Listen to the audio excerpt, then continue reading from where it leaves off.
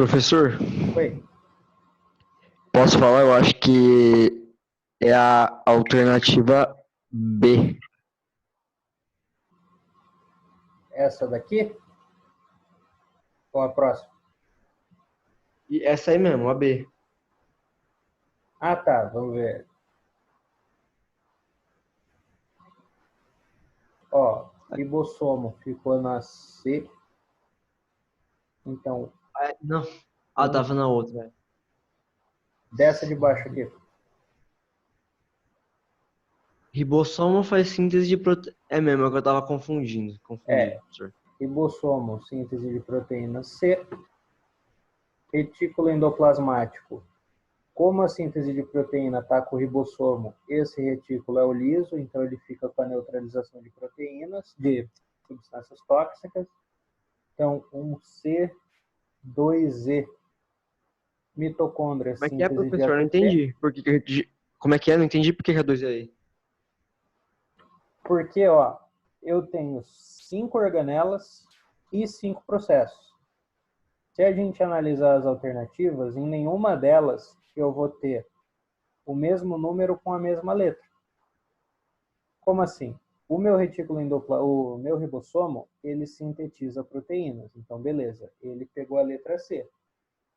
O retículo endoplasmático, se eu estivesse falando do rugoso, ele também sintetiza proteínas, porque é nele que estão os ribossomos.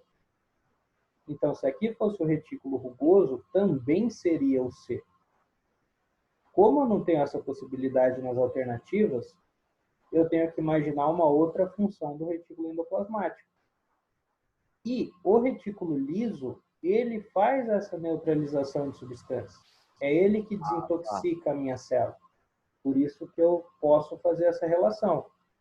Como ele não especificou qual dos retículos é, e como a função do retículo rugoso já foi pego pelo ribossomo, só vai sobrar essa daqui para eu jogar nele. Porque o retículo endoplasmático não sintetiza proteína, não empacota nada e não faz a digestão intracelular. Beleza. A mitocôndria, síntese de ATP, então C, E e A. O lisossomo, digestão intracelular, então C, E, A, D. E o aparelho de Golgi só sobrou a letra B. Então, 1C, 2E, 3A, 4D e 5B é a C. É a C.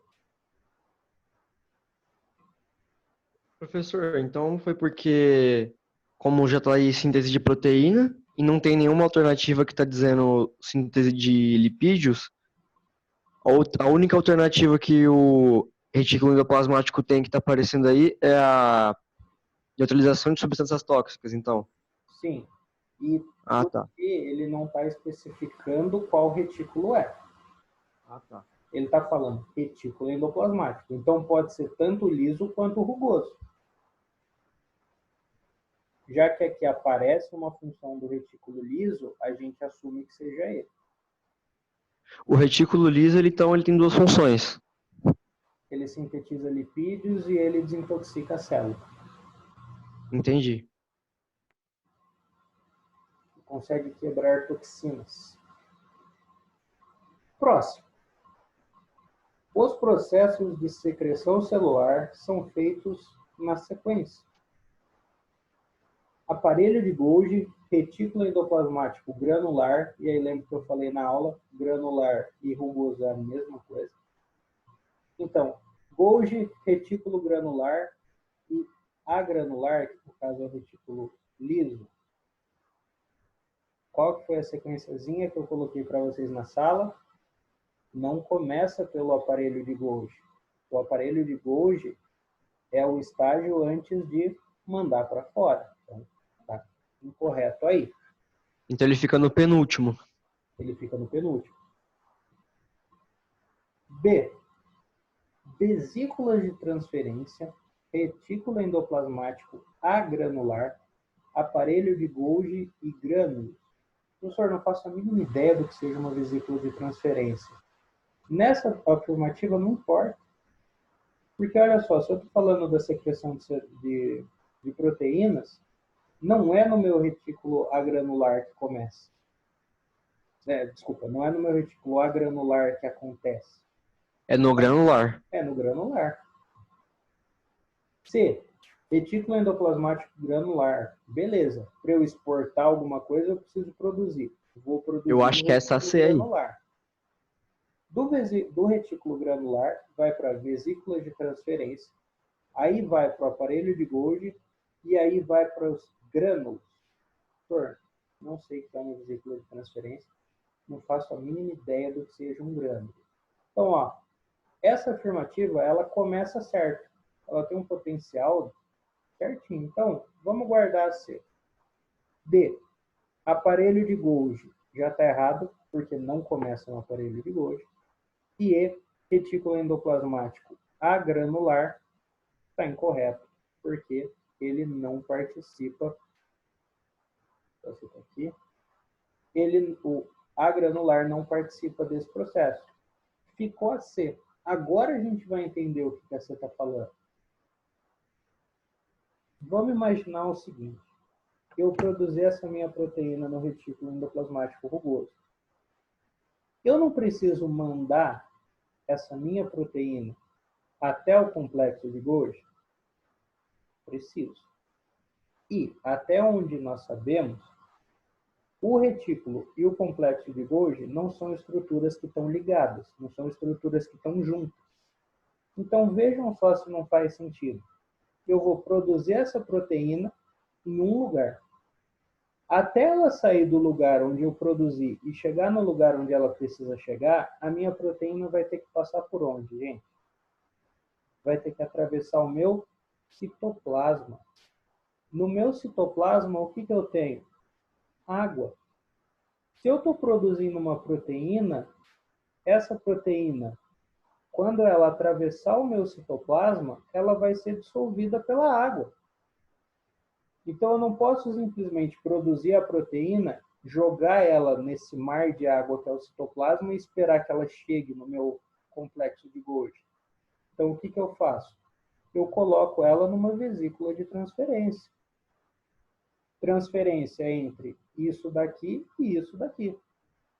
E aí, depois que o aparelho de Golgi tem a sua atuação, ele coloca nos grânulos de secreção. De novo, porque o complexo de Golgi, ele não está ligado com a membrana. Essa minha proteína, ela vai sair pela membrana plasmática. E o complexo de Golgi não está ligado na membrana plasmática.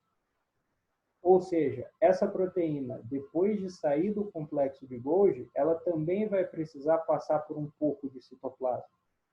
Eu não posso me dar o luxo de mandar essa proteína desprotegida para ser dissolvida de novo pelo citoplasma. Então, eu também preciso proteger ela de novo. Então, mesmo sem necessariamente a gente ter visto esses conceitos em sala, é uma linha de raciocínio que a gente consegue construir. Oi. Que nem a gente viu em outra questão, que o aparelho de Golgi, ele produzia grânulos de secreção. Em outras palavras, ele vai ser o penúltimo e no final vai ser os grânulos. Isso, exatamente isso. Que é o que está aqui, né? Ó, empacotamento e formação dos grãos de secreção. Alternativa C. Tranquilo? Qualquer coisa, vocês desmutem o mic aí ou pergunta no chat, que eu tô com a janelinha do chat aberta aqui para ver você. No interior da célula, o ATP, produzido em um processo 1, é utilizado na síntese de enzimas digestivas 2 e no mecanismo de digestão de partículas fagocitadas 3. Três componentes celulares relacionados direta e respectivamente a 1, 2 e 3 são. Ou seja, que organela vai fazer cada um disso daí. O ATP é produzido. Produção de ATP, gente, a gente já vai de cara em quem? Na mitocôndria. Só ela faz isso para mim. É utilizado na síntese de enzimas digestivas. Então, olha aqui. Nesse momento, vocês podem pensar o seguinte. Ah, enzimas digestivas o professor falou que tem no lisossomo. E de fato tem no lisossomo. Agora, percebam o que eu estou fazendo. Síntese dessas enzimas. Toda enzima, pelo que nós falamos na nossa primeira aula, toda enzima é uma proteína. E o lugar de síntese de proteínas na minha célula Ribossomo. é no ribossomo. Então, 1 é mitocôndria, 2 é ribossomo. E aí, sim, digestão de partículas fagocitadas. Quem faz a digestão celular é o lisossomo para mim. Alternativa A, então.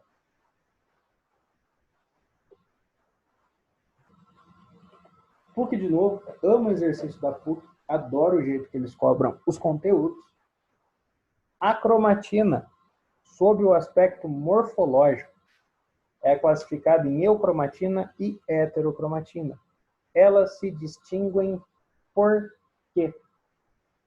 Vamos lembrar lá, nossa aulinha de núcleo.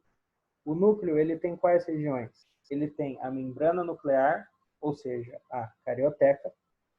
Ele tem a cariolinfa, que é o líquido nuclear, água e sais minerais. Ele tem o nucleolo e ele vai ter o material genético que vai estar na forma de cromatina. Se eu olhar essa cromatina numa lupa, num microscópio, eu vou ver que eu vou ter regiões da cromatina que estão associadas com umas proteínas que chamam estonas. Na região onde eu tenho DNA mais estona, eu chamo de heterocromatina, e por característica essa heterocromatina é inativa, ou seja, o DNA daquela região não possui genes. E eu vou ter regiões onde esse meu DNA não está associado com proteínas. E aí eu vou chamar aquela região de eucromatina. Diferença é que na eucromatina o meu material genético vai estar ativo, então eu vou ter os meus genes naquela região. Muito bom. Então, vamos ver alguma alternativa que trata disso de alguma forma. A eucromatina se apresenta condensada durante a mitose e a heterocromatina já se encontra condensada na intérfase. Olha só que item legal. Eucromatina condensa na mitose. Lembra que eu comentei com vocês que durante a divisão celular eu vou ter uma condensação total da cromatina e aí que forma o nosso glorioso cromossomo? Então, o cromossomo é quando, antes de dividir a célula, eu condenso a minha molécula inteira. Vai a eucromatina no meio? Vai a eucromatina no meio. Oi, João, você levantou a mão? Sim, é que eu não sei o que que é. Eu não sabia o que era o cromatina e o cromatina, porque eu acho que eu não estava nessa aula ainda. Tá. O meu material genético, o meu DNA, ele não é simplesmente só DNA. Ele não é só o ácido nucleico. Lá no meu núcleo, esse ácido nucleico ele vai estar associado com essas proteínas que chamam estonas. E aí, quando eu junto o ácido nucleico com a proteína, eu formo o que a gente chama de cromatina. A cromatina, ela vai ter regiões que chamam eucromatina e regiões que chamam heterocromatina. Seguinte, basicamente, quando eu pego esse meu DNA, eu não vou associar ele com essas estonas ao longo de toda a cadeia. Eu vou associar ele com as estonas em pontos específicos. E aí você me pergunta, por quê? E eu vou usar o mesmo exemplo que eu usei em sala. Imagina se no núcleo eu tivesse somente as minhas fitas de DNA. Ou seja, eu não tivesse em nenhum momento essa associação com proteína. Eu tenho 46 moléculas de DNA no núcleo da minha célula. Imagina você colocar 46 fones de ouvido no seu bolso. Você nunca mais vai conseguir separar um do outro. Agora, se eu pegar e enrolar esse meu DNA numa bolinha, que é a histona, numa proteínazinha em forma circular, eu formo, ao invés de 46 fones de ouvido, 46 colares de pérola, ou 46 terços, que seja. Quando você tira os terços, por eles terem aquelas bolinhas, ou colar de pérola, é muito mais fácil de você separar um do outro. Então, essa é a ideia da cromatina. Eu vou associar o meu DNA em alguns pontos, junto com essas proteínas aqui, para que, durante a separação, isso fique mais fácil. Agora, nas regiões onde eu precisar enrolar o meu DNA na proteína, eu já não vou ter como deixar ele ativo. Por quê? Ele vai ter que ter uma alteração morfológica, justamente para envolver a proteína. Naquela região, eu não tenho genes. E naquela região, eu dou o nome de heterocromatina. A eucromatina é a região onde eu não associo o DNA com a histona. Então, é como se fosse entre uma bolinha e outra do colar de pérola. Entre uma bolinha e outra do colar, eu vou ter só o quê? O fio. Aqui eu só vou ter o DNA. Então, a eucromatina é o meu DNA puro, é o meu DNA limpo. Nesse meu DNA puro, aí sim eu tenho a síntese, eu tenho os meus genes funcionando normal.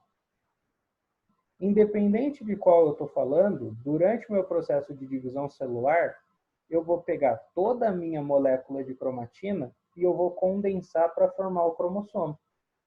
Então, antes de dividir, eu condenso tanto a eucromatina quanto eu fortifico a minha heterocromatina.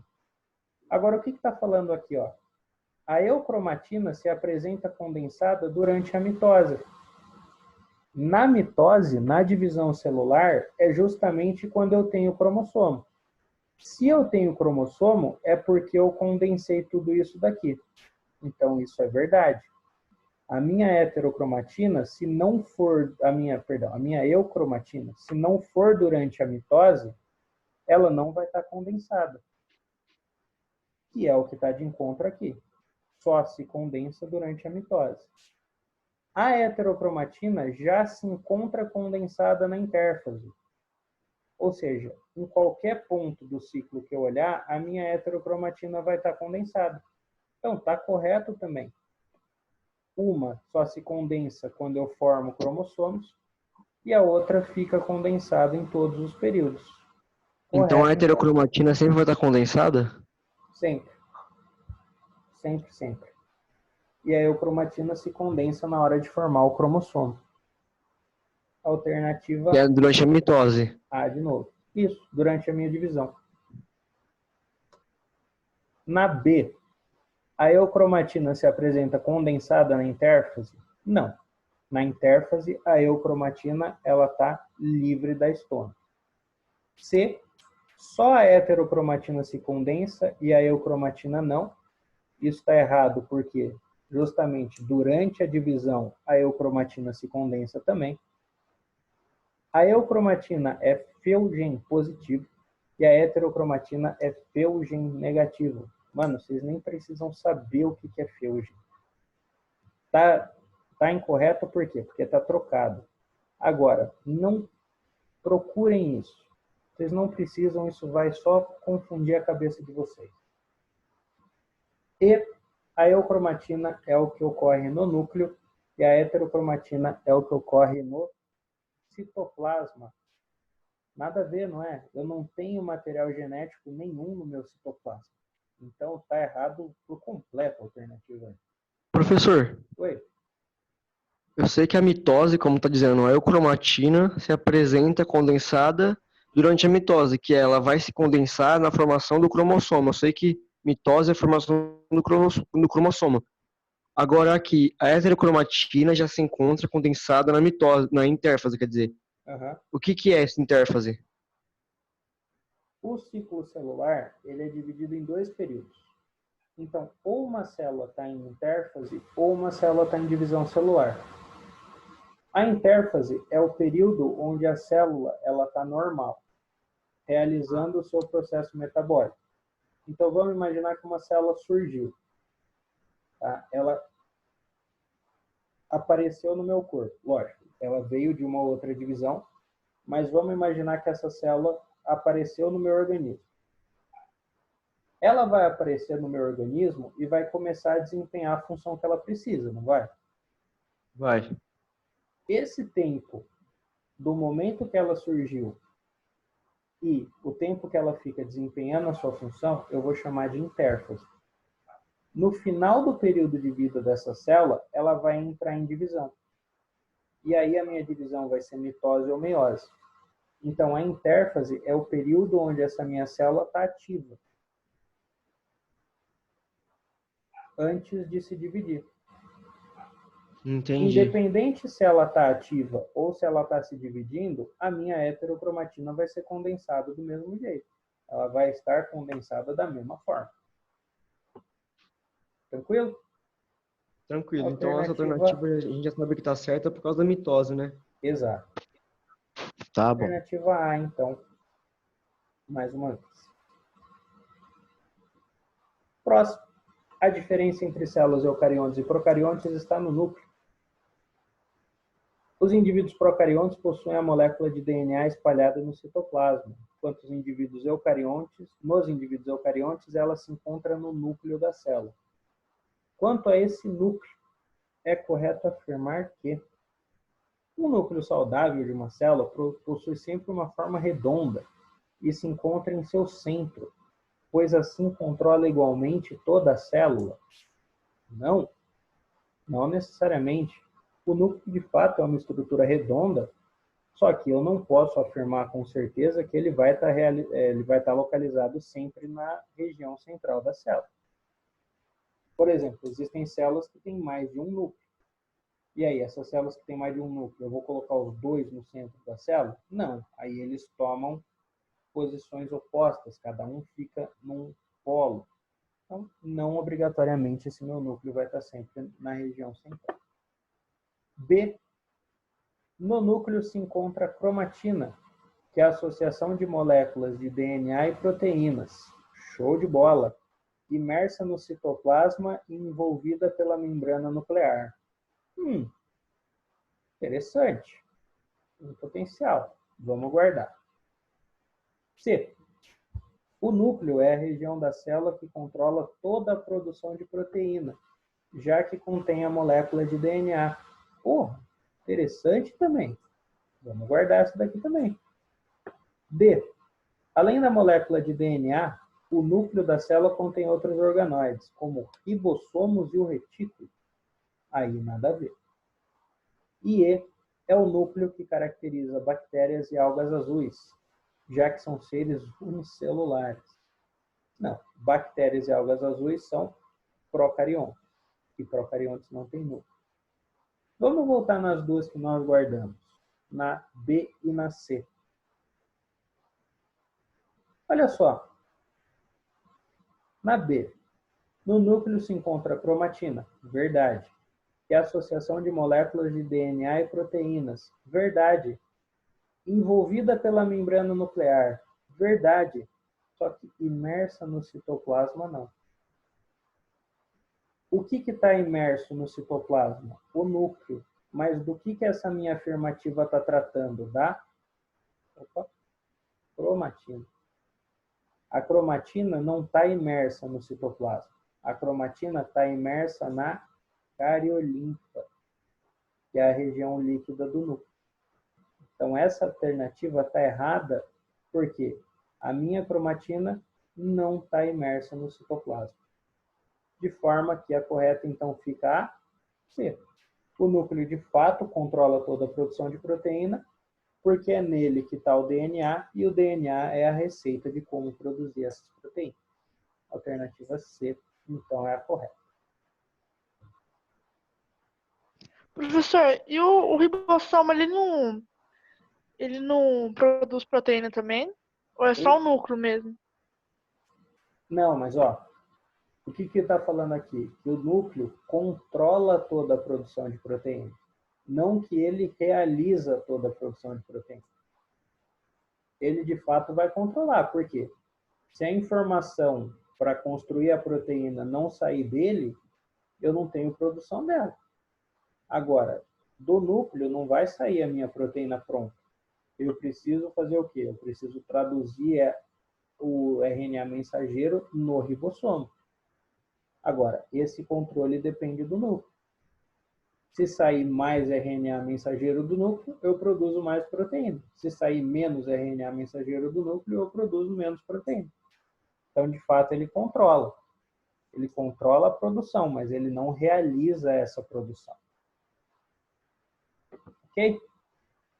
O FU, o ácido desoxirribonucleico, ou RNA, é uma molécula biológica que carrega as informações genéticas de um determinado organismo. Professor, você falou RNA? DNA, perdão. Ah, tá. Considere que um homem tem um total de... O homem tem um total de 6.000 nucleotídeos, sendo 30% adenina. Assinale a alternativa que corresponde respectivamente à quantidade de bases timina, citosina e guanina. Bom, exercíciozinho da razão de Chargaff. O que o Chargaff falou para nós? Ele falou para nós o óbvio. Só que, como ninguém tinha dito o óbvio, ele levou crédito por isso. Quando a gente estuda o DNA, a gente fala das ligações entre bases. Então, o A liga com o T e o C liga com o G. O que o Chargaff falou para nós? Se o A liga com o T, obrigatoriamente, para cada molécula de A, eu vou ter que ter uma molécula de T, não vou? E para cada molécula de C, eu vou ter que ter uma molécula de G, não vou? Vou. Então, a quantidade entre as bases que se ligam, ela obrigatoriamente vai ter que ser a mesma. Então, show! Se eu tenho 6.000 nucleotídeos e 30% deles são adenina, olha só, 30% de 6.000 dá 1.800. Ou seja, eu tenho 1.800 adeninas. Se eu tenho 1.800 adeninas e cada uma delas precisa se ligar com uma timina, eu vou ter 1.800 timinas também, porque não pode ficar adenina sobrando. Muito bom. Se eu tenho 1.800 e 1.800, nesses dois aqui já foi 3.600 nucleotídeos. Sobram quanto? Sobram 2.400. Esses 2.400 eu vou ter que dividir igualmente entre citosina e guanina, pelo mesmo princípio. Para cada citosina, eu obrigatoriamente tenho que ligar uma guanina. Então, eu vou pegar esses 2.400 e vou dividir em 1.200 citosinas e 1.200 guaninas. Então, eu vou ter 1.800T, 1.800C e 1.800T, 1.200C e 1.200G também. Alternativa A. Tá dando A pra caralho, né? Professor, Oi. esses dados aí que estão aí, o exercício que deu, ou o senhor que resolveu e colocou a divisão aí? Isso, Esse no foi eu que cantinho. fiz. Ah, sim. Esse daqui foi eu que fiz. É que eu fiz com o pessoal da manhã e eu esqueci de apagar. Mas o bom é que assim a gente já ganha um tempito também. Não precisa ter... Professor, Oi. essa informação aí desse último exercício da UFO, quando a gente for encontrar um exercício desse assunto aí num vestibular, vai estar apresentando esses mesmos dados? Você diz 6.000, 30%, esse tipo de coisa? Isso. Não. Ele pode te dar um número qualquer. Ele pode te dar um número qualquer de nucleotídeos com uma porcentagem qualquer de qualquer uma das bases. Oi. Qual que é a resposta? A. Obrigada. Isso daí foi o exercício que mandou para nós. Próximo. Observe a figura abaixo, que representa o emparelhamento de bases nitrogenadas. Indica a alternativa que relaciona corretamente as moléculas que se encontram parcialmente representadas e o tipo de ligação química apontada pela seta. Beleza, eu estou ligando uma adenina com uma timina. Que ácido nucleico isso pode ser? DNA, RNA, os dois. Do que eu estou falando aqui? DNA, né? DNA. Somente DNA?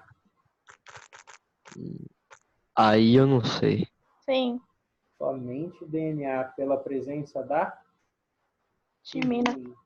Ai, O caralho. RNA não tem timina. Então, O RNA só tem citosina e adenina? no RNA, eu substituo a timina pela uracila. Então, eu Então troco falou a de base. uracila, é RNA. Falou em uracila, é RNA. Agora, adenina, timina e... Citosina e Adenina, guanina, aí é DNA. adenina, timina e citosina? É. E guanina. Esses três é DNA. Agora, se Adenina, nos timina, três tem uracila, citosina e é guanina. RNA. Ah, tá. Então, se tiver timina, obrigatoriamente DNA. Ou um outro jeito de eu pensar é o seguinte: eu não estou ligando duas bases. Pô, o único ácido nucleico que eu ligo duas bases é no DNA, porque o RNA é uma fita simples. Então, se fosse uma molécula de RNA, eu não teria nem essa ligação aqui. Então, estou falando obrigatoriamente do DNA, e eu comentei na sala de aula com vocês que a ligação entre duas bases é uma ponte ou ligação de hidrogênio. Então, exclusivamente DNA, ligação de hidrogênio. Alternativa A, mais uma. Professor, por que ligação de hidrogênio? É que sim, está escrito exclusivamente DNA, ligação de hidrogênio. Aí eu percebi, falando de várias ligações. Por que é a de hidrogênio? Porque é o tipo de ligação. Esse tipo de ligação é a antiga ponte de hidrogênio, quando eu faço essa ligação com o hidrogênio aqui no meio. Ah, tô vendo, é uma ponte de hidrogênio. Isso. É só o tipo da ligação química. Entendi. Exclusivamente DNA, porque ele pediu a molécula, então a molécula é exclusivamente o DNA, e o tipo de ligação é a ligação de hidrogênio. O último,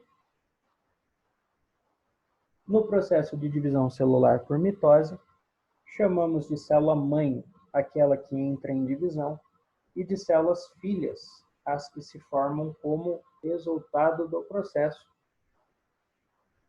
Ao final da mitose de uma célula, tem-se o quê? Bom, divisão por mitose. Duas células. Isso, eu estou tendo a formação de duas células, então a gente já pode matar as afirmativas que tem 3. E aí, olha só, cada célula portadora de metade do material genético da célula-mãe, que a célula-mãe recebeu de sua genitora e a outra metade recém-sintetizada, ou duas células, uma com todo o material genético da mãe e a outra com todo o material genético novo. Olha só que pergunta maravilhosa, cara. Achei difícil. Essa é uma pergunta de divisão celular junto com uma pergunta de duplicação do DNA. Esses dois processos, eles estão estritamente ligados. Eu só vou duplicar o meu DNA antes de dividir a célula, senão não faria sentido, eu teria DNA a mais. Quais foram as duas características que eu falei para vocês durante a duplicação? Essa duplicação, ela é semi-conservativa. Então, quando eu parto de uma molécula de DNA e gero duas, o que vai ter nessas duas moléculas novas? Cada fita do DNA vai ser o quê? Perdão, cada molécula do DNA eu vou ter uma fita nova e uma fita antiga. Beleza? Por isso ela é semi-conservativa. Na hora que eu duplico o meu DNA, agora eu vou ter duas moléculas de DNA, cada uma dessas duas com uma fita nova, uma fita antiga. Cada uma dessas moléculas vai para uma das células. Então, no final, eu vou ter 2 células, e no DNA dessas 2 células, eu vou ter uma fita do DNA proveniente da mãe e uma fita do DNA recém-sintetizado. Então, também fica a alternativa A. Sabia. Essa é difícil. Tá? Essa talvez tenha sido a pergunta mais difícil da lista. Professor, Oi. então quando a célula se divide, o DNA das células novas, elas recebem uma fita, que antes era a fita igual a da célula mãe, Isso. e a outra é nova, recém-sintetizada. Sim, exatamente. Entendi. Beleza? Beleza, beleza? Beleza. Pessoas, falta menos de 1 minuto para a gente acabar essa nossa reunião. Eu vou fazer o seguinte, eu vou reupar no grupo de vocês um vídeo da resolução da lista da semana passada.